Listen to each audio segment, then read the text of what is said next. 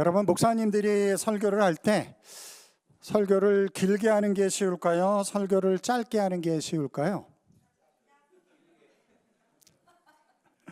네, 의견이 분분합니다. 네, 설교는 짧게 하나 길게 하나 다 힘듭니다. 그러함에도 불구하고 굳이 이야기한다라고 한다면 설교를 짧게 하는 게 좀 더 힘듭니다. 왜냐하면 압축해서 이야기를 해야 되기 때문에 그래요. 오늘 2부 순서가 있어서 제가 오늘 설교를 좀 짧게 준비해서 제가 한 주간 좀 힘든 시간을 보냈습니다. 그러니까 말씀을 잘 들어주시면 더욱더 감사하겠습니다. 지금 사도행전 강해 말씀을 나누고 있는데 특별히 계획한 것도 아닌데 임직식이 있는 오늘 예배에 딱 맞는 설교 본문이 오늘 본문으로 정해졌어요. 내 영을 내 남종과 여종들에게. 임직식에 너무 딱 맞는 설교 제목 아닙니까? 그런데 이 말씀이 오늘 본문에 정확하게 기록되어져 있어요. 오순절 날 성령이 제자들에게 임하고 그들이 배우지도 않은 다른 나라 말을 하기 시작을 했습니다. 이게 성령의 역사예요. 여러분, 우리가 할 수 있는 일을 하는 게 아니고 성령 하나님은 우리가 할 수 없는 일들을 가능케 하시는 분인 줄 믿습니다. 우리가 그런 하나님을 믿는 거예요. 그래서 이 자리에 우리가 모인 것입니다. 그런 하나님이 우리와 함께 하시고 우리에게 하나님의 구원의 역사로 우리를 이끌고 가고 있다. 그 믿음이 있기 때문에 우리가 모인 것이죠. 제자들이 한 번도 배우지 않았는데 다른 나라 말을 하기 시작을 했어요. 주변에 있는 사람들이 깜짝 놀랐습니다. 그리고 이 사람들이 아침부터 술에 취했나? 왜 술에 취했다라고 했을까요? 좀 이상하니까, 범상치 않으니까, 그런 모습을 보게 되었으니까 술에 취하지 않았나? 이렇게 생각을 했습니다. 그때 베드로가 일어나서 오순절 사건을 이제 그곳에 모인 사람들에게 설명을 해주는데 어떻게 설명을 하냐면 구약에 기록되어져 있는 요엘서의 말씀을 가지고 와서 하나님이 이미 구약시대 때 요엘을 통해서 이렇게 말씀하셨는데 그 말씀이 오늘 우리들 가운데 이루어졌다 라는 것으로 베드로가 설교를 하기 시작을 합니다. 가장 중요한 말씀이 17절, 18절에 기록되어져 있는데 우리 다 같이 한번 다시 읽어볼게요. 17절, 18절입니다. 시작. 하나님이 말씀하시기를 말세에 내가 내 영을 모든 육체에 부어주리니 너희 자녀들은 예언할 것이요 너희 젊은이들은 환상을 보고 너희 늙은이들은 꿈을 꾸리라. 그때 내가 내 영을 내 남종과 여종들에게 부어주리니 그들이 예언할 것이요. 아멘. 이 말씀은 신약 시대에 이루어질 성령 강림 오순절 사건을 구약 성경에 기록한 대표적인 말씀입니다. 오늘 말씀을 가지고 제가 세 가지를 한번 확인해 보려고 해요. 여러분들도 함께 확인해 보시면 좋겠습니다. 첫째는 이 요엘서의 말씀이 우리에게도 이루어졌는가 하는 것입니다. 베드로가 요엘서의 말씀을 인용하면서 이 말씀이 지금 우리에게 이루어져서 너희들이 이 신기한 일들을 보고 있는 거야 라고 이야기를 했어요. 제자들에게는 요엘이 말한 이 말씀이 그들에게 이루어졌습니다. 그렇다고 한다면 과연 우리에게도 이것이 이루어졌는가? 여러분, 우리에게 이루어졌나요? 다시 한번, 여러분, 이것이 우리에게 이루어졌나요? 이루어졌습니다. 물론 이루어졌다라고 이야기하기 좀 어려워하는 부분이 없지 않아 있어요. 이제 그건 설명을 할 것입니다. 그러함에도 불구하고 이 놀라운 역사가 이미 우리에게 이루어진 줄 믿습니다. 왜냐하면 성령이 우리 안에 계시기 때문에 그렇습니다. 성령 하나님이 우리 안에 계시는 줄 믿습니다. 여러분, 하나님이 여러분과 함께 하시나요? 그게 우리 기독교 신앙의 핵심인데 성령 하나님이 우리의 삶을 인도해 주시고 하나님의 능력과 은혜로 우리를 구원하실 뿐만 아니라 결국에는 모든 것을 합력해서 선을 이루시는 우리의 인생으로 하나님이 만들어 가신다. 그것이 우리의 믿음이잖아요. 하나님이 우리와 함께 하시는 줄 믿습니다. 그렇게 하나님이 우리를 도와주시는 줄 믿습니다. 그런데 하나님이 우리와 어떻게 함께 하시죠? 그 크신 하나님이 어떻게 우리와 함께 하시죠? 바로 성령 하나님이, 영으로 계신 하나님께서 우리와 함께 하심으로 하나님이 우리와 함께 하심을 우리가 믿게 되어지고 그것을 또한 고백할 수 있게 되는 줄 믿습니다. 여러분들이 지금 이 자리에 와 있잖아요. 여러분들이 스스로 움직여서 온 것 같지만 여러분들이 이 자리에 온 것이 다 성령 하나님의 역사인 줄 믿습니다. 하나님이 그런 믿음을 주셨기 때문에 여러분들이 이 자리에 나와 있는 거예요. 성령 하나님이 우리와 이렇게 함께 하시는 것이죠. 그걸 우리가 어떻게 확인할 수 있는가? 고린도전서 12장 3절을 보면 이렇게 기록되어져 있어요. 우리 다 같이 읽어보겠습니다. 시작. 또 성령으로 아니하고는 누구든지 예수를 주시라 할 수 없느니라. 여러분, 예수님을 여러분들은 어떻게 부르시죠? 주님이라고 부릅니다. 여러분들이 진실된 마음으로 예수 그리스도를 주님이라고 부른다라고 한다면 여러분 안에 누가 계시냐면 성령 하나님이 여러분 안에 계신 줄 믿습니다. 하나님이 그렇게 우리와 함께 하시는 거예요. 그래서 그렇게 고백할 수 있게 하시는 거예요. 17절 말씀을 다시 한번 보여주실래요? 17절에 이렇게 기록되어져 있어요. 하나님이 말씀하시기를 말세에 내가 내 영을 모든 육체에 부어주리니. 구약시대 때는 성령이 특별한 사람들에게만, 하나님께서 선택한 아주 특별한 사람들에게만 부어졌지만 이제 신약시대가 되어져서 예수 그리스도의 십자가 사역을 통해서 이제 성령이 모든 사람들에게, 그렇다고 해서 아무나에게 준다라는 건 아니에요. 하나님의 은혜를 사모하는 사람들, 예수 그리스도의 십자가의 은혜를 붙잡고자 하는 사람, 그 누구에게나 모든 사람들에게 다 성령을 주시겠다라고 약속을 하셨습니다. 그리고 나서 이런 말씀이 있어요.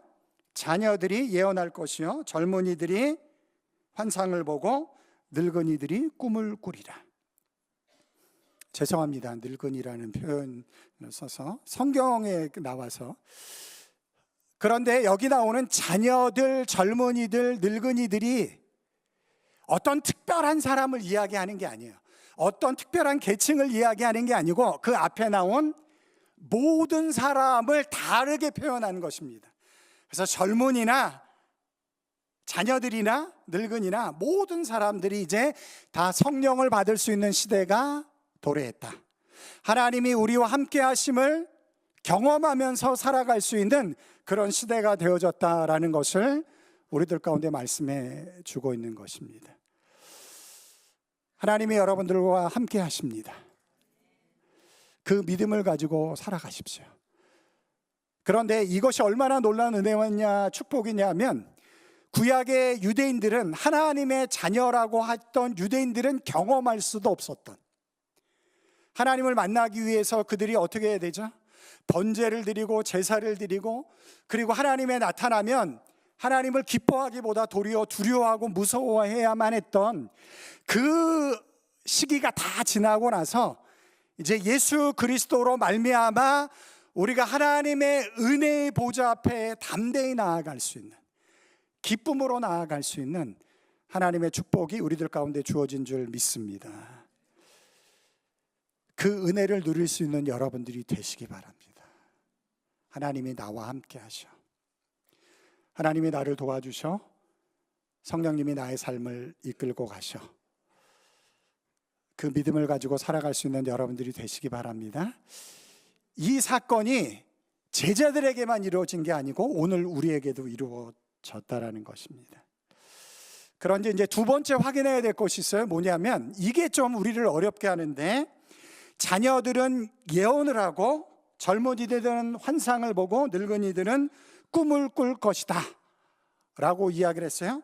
여러분들 가운데 예언, 환상, 꿈을 꾸시는 분 혹시 계신가요? 한국 분들은 뭐 워낙 대답을 잘 안 하시니까 아마 그런 분들이 있으리라고 생각을 합니다. 그런데 여기서 말하는 예언, 환상, 꿈, 이거를 우리는 너무 신비스러운 것으로 생각을 하다 보니까 우리에게 이루어지지 않은 것처럼 생각을 하고 있다는 거예요. 그래서 이 말씀이 우리에게 이루어졌는가를 질문하면 굉장히 부담스러운 거예요. 왜 그러냐면 내가 예언을 하는 것도 아니고 꿈을 꾸는 것도 아니고 환상을 보는 것도 아닌데 어떻게 이것이 이루어졌다라고 할 수 있는가, 그렇게 생각을 한다는 거예요. 그런데 베드로가 이야기하고 싶은 예언과 환상과 꿈은 뭐냐면 예수 그리스도를 통해서 지금 우리에게 새로운 시대가 열렸다. 예수 그리스도의 십자가의 죽으심과 부활을 통해서 우리에게 새로운 시대가 열렸다. 그래서 하나님께서 우리를 통해서 어떤 일을 행하시고 앞으로 어떤 일을 행하실 것인지를 우리가 알게 되어졌다. 그것이 바로 베드로가 이야기하고 싶은 예언이고 환상이고 꿈이라는 것입니다. 여러분, 이 세상의 역사 어떻게 될런지 여러분 아시나요? 모르세요? 저는 너무 분명하게 아는데, 저는 이 세상의 역사가 어떻게 끝날지 너무 분명하게 압니다. 어떻게 끝날까요? 세상의 역사는 언젠가 끝날 것입니다. 그때 주님께서 재림하시고 하나님이 통치하시는 하나님의 나라가 우리들 가운데 이루어지는 줄 믿습니다. 여러분, 그 믿음의 확신이 없으면 우리 구원은 어디 가서도 보장받지 못합니다. 마지막에 예수 그리스도의 이름으로 모든 것들을 파하시고 하나님의 나라를 이루시는 그 하나님의 구원을 우리가 확신하지 않는다라고 한다면 오늘 나에게 구워진 그 잠깐의 구원이 사실 큰 의미가 없는 거예요. 요한계시록에 이미 이 세상의 역사를 기록을 하고 있어요. 그런 의미에서 저는 예언자입니다. 아무도 아멘을 안 하시네. 그런 의미에서 저는 예언자입니다. 그런 의미에서 저는 환상을 보고 있어요. 그런 의미에서 저는 꿈을 꾸고 있습니다. 하나님이 이루실 구원, 하나님의 나라. 저에게 여전히 부족함이 있고 제 삶에 여전히 어려움이 있지만, 그러나 마지막 때에 하나님의 능력과 하나님의 선하심으로 저의 삶을 우리가 상상할 수 없는 모습으로 구원하셔서 하나님의 자녀가 되게 하시는 놀라운 역사를 이루실 것을 저는 꿈꾸고 있습니다. 저는 믿고 있어요. 그렇게 예언할 수 있습니다. 왜냐하면 성경에 그렇게 기록되어져 있기 때문에 그렇습니다. 여러분들이 이 사실을 알고 있다고 한다면 저만 예언자가 아니고 여러분 모두가 다 예언자가 되는 거예요. 제가 한 이야기가 아닙니다. 누가 이 이야기를 했냐면 20세기 가장 위대한 복음주의 신학자, 선교자로 불렸던 존 스토트라는 목사님이 사도행전을 말씀을 강의하시면서 이렇게 이야기를 하셨어요. 이런 의미에서 모든 하나님의 백성들은 이제 예언자이다. 모든 하나님의 백성들은 이제 예언자이다. 왜냐하면 우리가 대단한 게 아니고 예수 그리스도를 통해서 하나님께서 어떻게 우리를 구원하시며 어떻게 이 세상의 역사를 이끌고 가실지를 우리가 알게 되었기 때문에, 그래서 우리는 예언자가 됐다라는 거예요. 우리 옆에 계신 분들에게 한번 이야기해 볼까요? 당신은 예언자이십니다.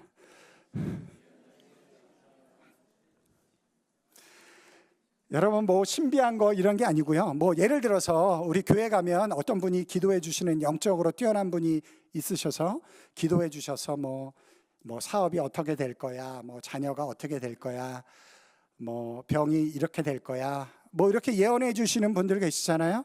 저는 하나님의 은사라고 생각을 합니다. 그래서 그런 일들이 일어날 수 있죠. 그러나 그것보다 더 큰 예언이 있습니다. 더 큰 예언이, 더 큰 꿈이, 더 큰 환상이 이미 알려진 것으로 우리들 가운데 있어요. 우리 믿음 안에 있습니다. 하나님이 당신의 크신 은혜와 능력으로 우리를 구원해 가실 것입니다. 그리고 우리를 하나님의 나라로 이끌고 가실 것입니다. 너희 속에 착한 일을 시작하신 이가 그리스도 예수의 날까지 이루실 줄 우리가 확신하노라. 저의 예언이고 꿈이고 환상입니다. 그 예언을 꿈꾸시기 바랍니다. 그 예언을 보시기 바랍니다. 자, 이제 두 가지 확인했어요.